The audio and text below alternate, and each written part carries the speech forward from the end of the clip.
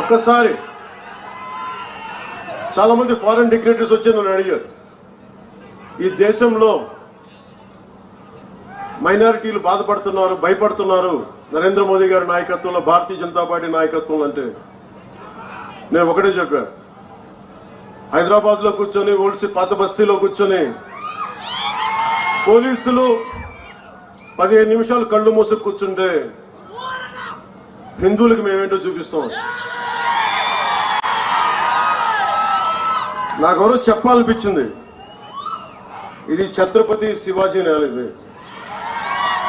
ఇలాంటి ధమ్కీలకి భయపడం. సహనం పిరికితనం కాదు, సహనం మంచితనం. కానీ మంచితనంతో గొడవ పెట్టుకోకూడదు. సో అలాంటి వాళ్ళకి మీరు కలిసికట్టుగా ఉంటే ఏదైనా సాధించవచ్చు.